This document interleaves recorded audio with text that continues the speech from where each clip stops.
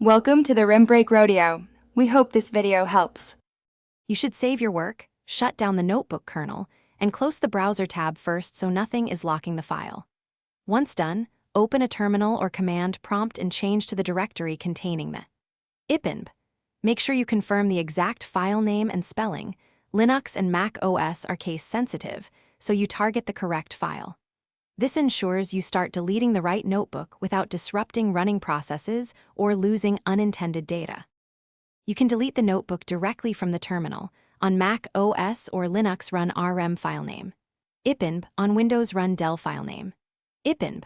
Alternatively, open the Jupyter file browser, select the notebook, click Delete, and confirm. Once deleted, list the directory with ls or dir, or refresh the dashboard to verify the file is gone.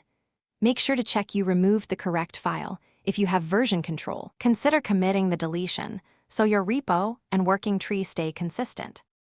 Finally, remove any IPINB checkpoints directory that may hold backups and empty your trash or recycle bin to fully free space and finalize the deletion. Once done, restart the Jupyter server and refresh the dashboard to confirm everything looks correct. If you run into a permission error or the file won't delete, check file ownership and permissions. You may need to use sudo or run the command prompt as administrator. That single fix usually resolves stubborn deletion failures. Thanks for watching. Consider subscribing if we helped you.